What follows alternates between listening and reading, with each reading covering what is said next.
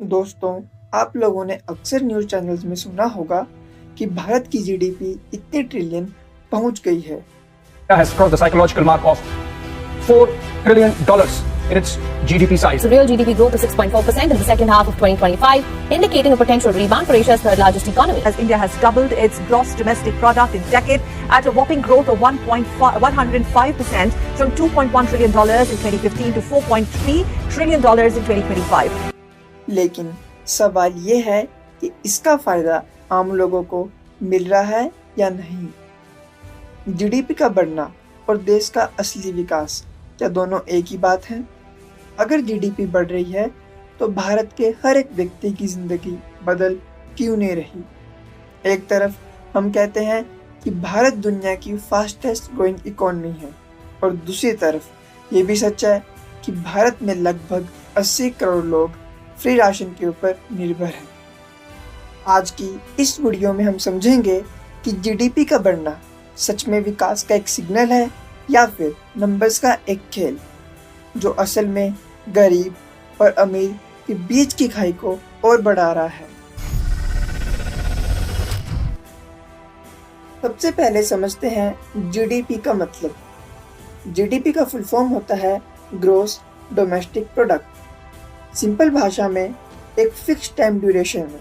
एक देश के अंदर जितनी भी गुड्स और सर्विसेज प्रोड्यूस होती हैं उनका टोटल वैल्यू जीडीपी कहलाता है। लेकिन जीडीपी का बढ़ना हर एक सिटीजन के विकास की गारंटी नहीं देता। मान लीजिए एक कंपनी पहले 100 करोड़ रुपए की थी और अब 150 करोड़ की हो गई। क्या इसका मतलब है कि उस कंपनी में काम करने वाले हर व्यक्ति की सैलरी भी 50% से बढ़ गई?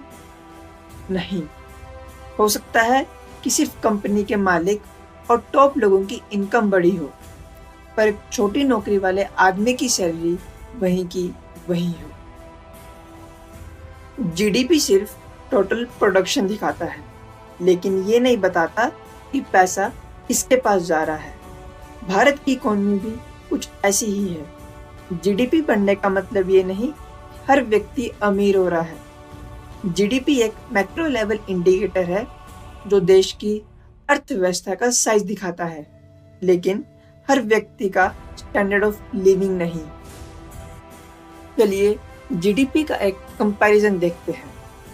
अब देख सकते हैं कि इंडिया की जीडीपी $3.57 ट्रिलियन है, ब्राजील की जीडीपी $2.17 ट्रिलियन है, चीन की जीडीपी $17.79 ट्रिलियन है और यूएस की जीडीपी $27.72 ट्रिलियन है।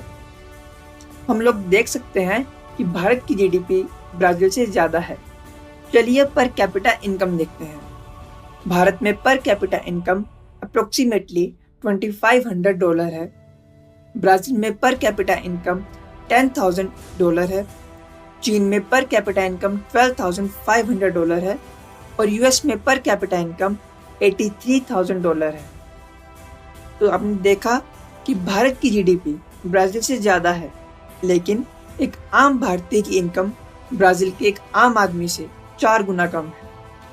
जीडीपी के साथ साथ पर कैपिटा इनकम और इनकम इक्वलिटी भी जरूरी है। जीडीपी का बढ़ना तब मायने रखता है जब हर व्यक्ति की एवरेज इनकम भी बढ़े। अगर हम स्विट्जरलैंड और नॉर्वे जैसी कंट्रीज का एग्जाम्पल लें तो वहाँ पे जीडीपी के साथ हर व्यक्ति की इनकम भी बढ़ी, इसलिए स्टैंडर्ड ऑफ लिविंग भी बेहतरीन है। परंतु भारत में पर कैपिटा इनकम ब्राजील से भी कम है, इसलिए जीडीपी बढ़ने के बावजूद गरीबी कम नहीं हो रही। भारत को एजुकेशन और स्किल डेवलपमेंट में भी ध्यान देना चाहिए। हाई क्वालिटी एजुकेशन और प्रैक्टिकल स्किल्स होनी चाहिए।